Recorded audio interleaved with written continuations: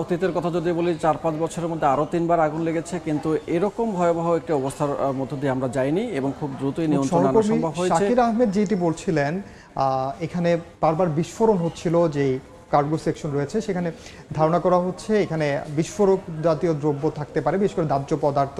যেহেতু এটা আমদানি করা মালামাল পণ্য এখানে রাখা হয়, সেক্ষেত্রে এই কি ধরনের পণ্য আসলে এখানে বিস্ফোরণ হচ্ছে, বড় কোনো আসলে ক্ষয়ক্ষতির আশঙ্কা রয়েছে কিনা সেটিও কিন্তু এখন আসলে সাধারণ মানুষের মধ্যে একজন প্রত্যক্ষদর্শী যেমন বলছিলেন, আমরা কিন্তু তার কাছে শোনার আগে আমরা বলেছিলাম যে যখন ফায়ার ফাইটাররা আগুন নেভানোর জন্য এসেছেন তার আগে তাদের নিজস্ব প্রস্তুতির কথা, পাশাপাশি সেখানে পানির স্বল্পতা আছে কিনা, কিন্তু তিনি কিন্তু সেটি বলছেন যে পানির যে স্বল্পতা সেটি কিন্তু প্রাথমিকভাবে লক্ষ্য করা গেছে, যার ফলে প্রাথমিকভাবে আগুনটি নিয়ন্ত্রণ আনা যায়নি। এবং পানির এই মুহূর্তে 26টি ইউনিট কাজ করছে, তাদের পরেও এবং 2.5 ঘন্টা পরেও আপনি বলছিলেন যে আমরা এই যে চিত্রটি দেখতে পাচ্ছি যে আগের মতোই আছে এবং এটি ক্রমাগত বাড়ছে। শাকির আহমেদ তিনি বলছিলেন এখান থেকে একটু পর আওয়াজ শোনা যাচ্ছে, অর্থাৎ ভেতরে কোনো বিস্ফোরক বা অন্য কোনো জিনিসগুলো আছে, অর্থাৎ পণ্য বা অন্যান্য 26টির কথা বলছিলাম, আরও 4টি ইউনিট বেড়েছে, অর্থাৎ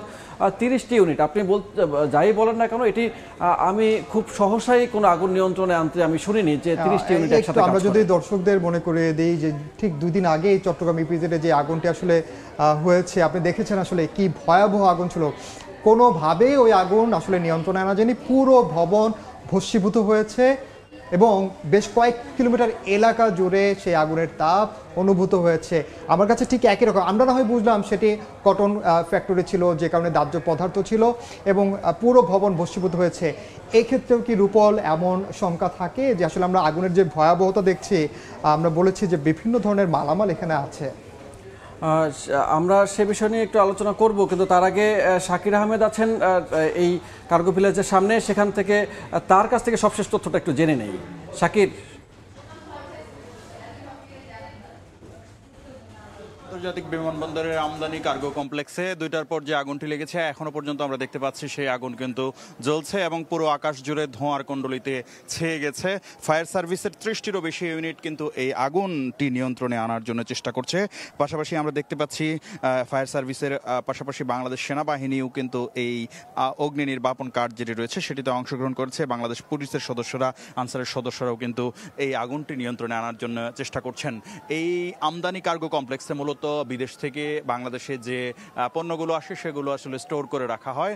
সেক্ষেত্রে এখানে কোনো ধরনের কেমিক্যাল ছিল কিনা হয়তো থাকতেও পারে, যার কারণে হচ্ছে আগুনটি সেটি আসলে দীর্ঘক্ষণ চেষ্টা করেও নিয়ন্ত্রণে আনা যাচ্ছে না। এবং সময় যত যাচ্ছে আমরা দেখতে পাচ্ছি যে এই কার্গো কমপ্লেক্সের যে সামনের অংশটি রয়েছে, অর্থাৎ বিমানবন্দরের ভেতর সংলগ্ন যে অংশটি রয়েছে, সেই অংশটি কিন্তু যে পড়ে যাওয়ার যে দৃশ্য সেটি কিন্তু ক্রমশই স্পষ্ট হচ্ছে।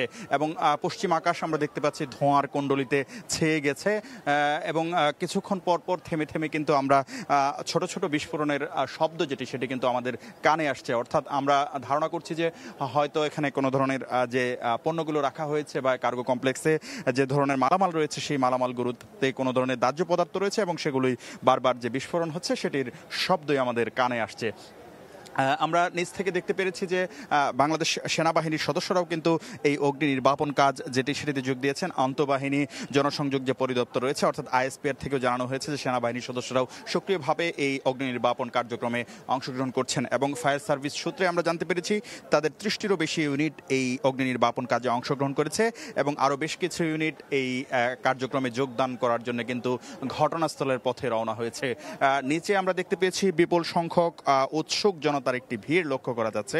যদিও এই উৎসুক জনতা আসলে অগ্নি নির্বাপন কার্যক্রমে কোনো ধরনের অংশগ্রহণ করছে না, তারপরেও তারা এই উৎসুক জনতা কিন্তু এই ভয়াবহ অগ্নিকাণ্ড সেটি দেখার জন্য বা মুঠোফোনে ধারণ করার জন্য কিন্তু তারা এই জায়গাটি যেটিতে ভিড় করছেন। আইন শৃঙ্খলা বাহিনীর সদস্যরা কিন্তু বারবারই তাদেরকে এখান থেকে সরে যাওয়ার জন্য অনুরোধ করলেও কিন্তু তারা সরছেন না। অর্থাৎ এখানে আসলে একটি বড় ধরনের সচরাচর যেটি হয় আসলে কোনো দুর্ঘটনা ঘটলে সেখানে যে মানুষের একটি উপস্থিতি বা জটলা থাকে, সেই ধরনের অবস্থায় কিন্তু এখানে রয়েছে। দুটার ঠিক কিছুক্ষণ পরই কিন্তু এই অগ্নিকাণ্ডের ঘটনা ঘটে।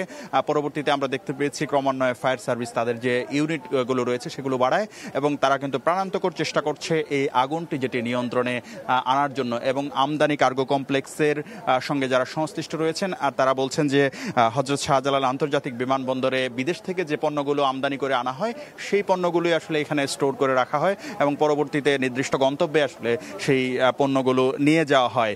যেহেতু এটি বিমানবন্দরের ঠিক এক পাশে, অর্থাৎ আমি যদি বলতে চাই যে উত্তর অংশে অবস্থিত, সেই ক্ষেত্রে আসলে পুরো বিমানবন্দর এলাকা যেটি সেটিতে আসলে কোনো ধরনের দুর্ঘটনা ঘটেনি।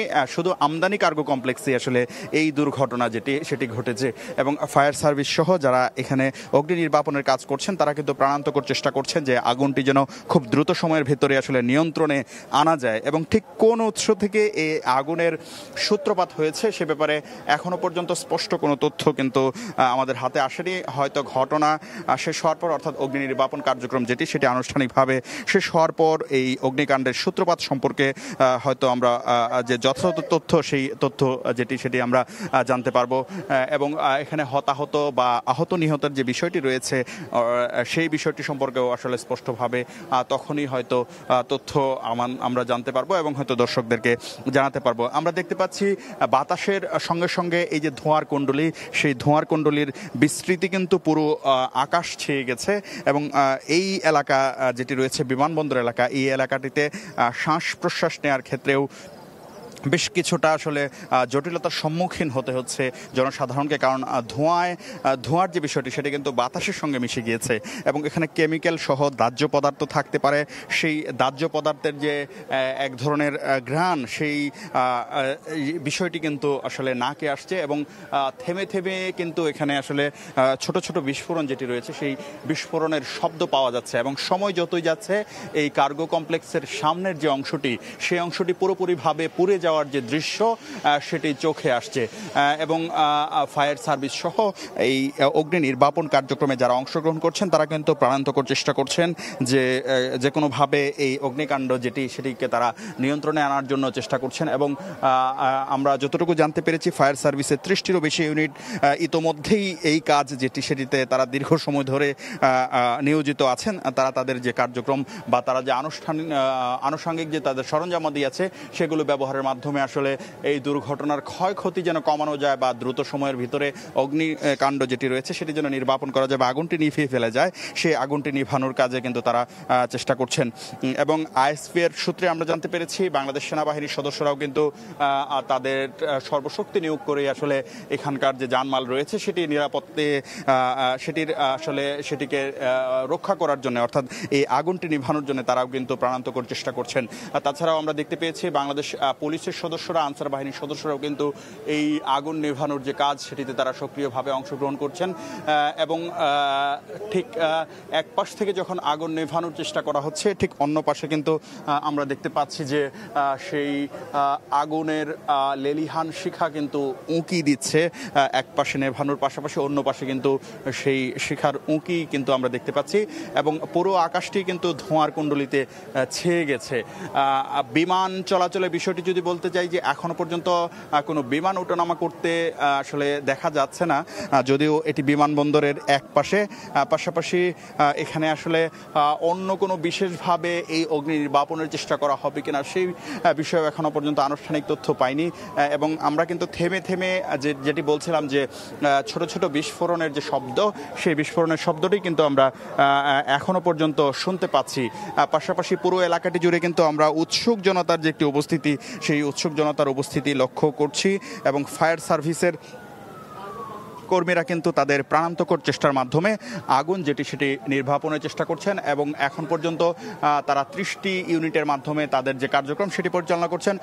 এবং আরও বেশ কিছু ইউনিট কিন্তু এই ঘটনাস্থল যেটি আমদানি কার্গো কমপ্লেক্স হযরত শাহজালাল আন্তর্জাতিক বিমানবন্দরের সেই কার্গো কমপ্লেক্সের দিকে রওনা হয়েছেন বলে আমরা জানতে পেরেছি। এবং খুব সহজেই কিন্তু আমরা দেখতে পাচ্ছি যে আগুনের যে লেলিহান শিখা সেটি কিন্তু খুব সহজেই দেখা যাচ্ছে এবং এখনো পর্যন্ত কার্গো কমপ্লেক্সের ভেতরে যে আগুনের একটি বড় দাবানল রয়েছে, অর্থাৎ আগুনের দখলই রয়েছে বা অগ্নিকাণ্ড এখনো পর্যন্ত কিন্তু পুরোপুরিভাবে যে নিয়ন্ত্রণ সেটি কিন্তু সম্ভব হয়নি, সেটি কিন্তু এখান থেকে দেখাই যাচ্ছে। অর্থাৎ এখান থেকে কিন্তু আমরা আগুনের লেলিহান শিখা যেটি কার্গো কমপ্লেক্সে রয়েছে সেই আগুনের লেলিহান শিখাটি কিন্তু দেখতে পাচ্ছি।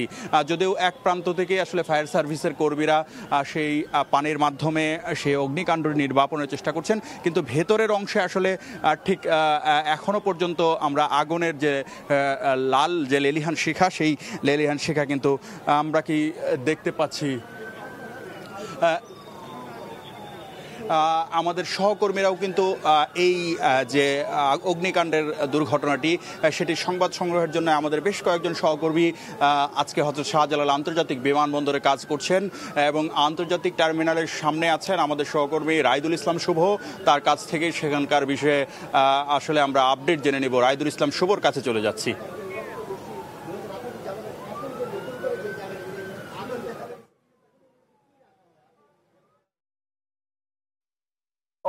যে সকল যে ফ্লাইটগুলো নির্ধারিত সময় সেরে যাওয়ার কথা ছিল এখন বিমানবন্দর থেকে কিন্তু পাচ্ছি যে অনেকটা প্রমাণ আছে। যে যে সময়গুলো ছিল বিশেষ করে আমরা যদি একটু স্ক্রিনে দেখতে চাই, সেই স্ক্রিনের তালিকা অনুযায়ী আমরা দেখতে পাচ্ছি মুম্বাইয়ের গন্তব্যের উদ্দেশ্যে ছেড়ে যাওয়ার কথা ছিল ইন্ডিগো যে এয়ারলাইন্সটি, সেই এয়ারলাইন্সটি দুপুর 2:10 ঢাকা আন্তর্জাতিক বিমানবন্দর থেকে ছেড়ে যাওয়ার কথা ছিল। সেটি চেক ইন করা হয়ে গেছে। বিমানবন্দরের যাত্রীরা অনেকেই কিন্তু বিমানে উঠেছে। এর পরেই যখন অগ্নিকাণ্ডের ঘটনাটি ঘটে তারপরে বিমানটি এখন সেই বিমানবন্দরে অবস্থান করছে। যে নির্ধারিত গন্তব্য ছিল বা যে নির্ধারিত সময়টি ছিল সেই সময়টিতে কিন্তু ছেড়ে যেতে পারেনি মুম্বাই গন্তব্য যে ছিল ইন্ডিগো এয়ারলাইন্সটি। এবং এরপরে আমরা দেখতে পাচ্ছি কুয়ালালামপুরেও কিন্তু একটি ফ্লাইট ছেড়ে যাওয়ার কথা ছিল 2:30টার দিকে, দুপুর 2:30টার দিকে। সেটিও কিন্তু হচ্ছে চেক ইন শেষ হয়েছে। বিমানটিতে কিন্তু যাত্রীরা উঠেছে, পর্যন্ত এই অগ্নি ঘটনার কারণেও সেই সময়টিতে কিন্তু ছেড়ে যেতে পারেনি মুম্বাই গন্তব্য যেটা ছিল ইন্ডিগো এয়ারলাইন্সটি। এবং এরপরে আমরা দেখতে পাচ্ছি কুয়ালালামপুরেও কিন্তু একটি ফ্লাইট ছেড়ে যাওয়ার কথা ছিল 2:30টার দিকে, দুপুর 2:30টার দিকে। সেটিও কিন্তু হচ্ছে চেক ইন শেষ হয়েছে। বিমানটিতে কিন্তু যাত্রীরাও উঠেছে, পর্যন্ত এই অগ্নিকাণ্ডের ঘটনার কারণেও সেই বিমান কয়েকটি আমরা দেখতে পেয়েছি যে সেই বিমানটি উত্তোলন করতে পারেনি। এই আগুনের পাশে যে অগ্নিকাণ্ডের ঘটনা, সেই আগুনের কিন্তু এত ধোঁয়া, ব্যাপক ধোঁয়ার কারণে কিন্তু পুরো শাহজালাল বিমানবন্দরের আকাশটি কিন্তু ধোঁয়ায় ছেয়ে গিয়েছে। যে কারণে দেখা যাচ্ছে যে বিমানগুলো ঢাকা আন্তর্জাতিক বিমানবন্দর থেকে, শাহজালাল আন্তর্জাতিক বিমানবন্দর থেকে ছেড়ে যাওয়ার কথা ছিল বা উত্তোলন হওয়ার কথা ছিল, সেগুলো কিন্তু উঠতে পারছে না। যে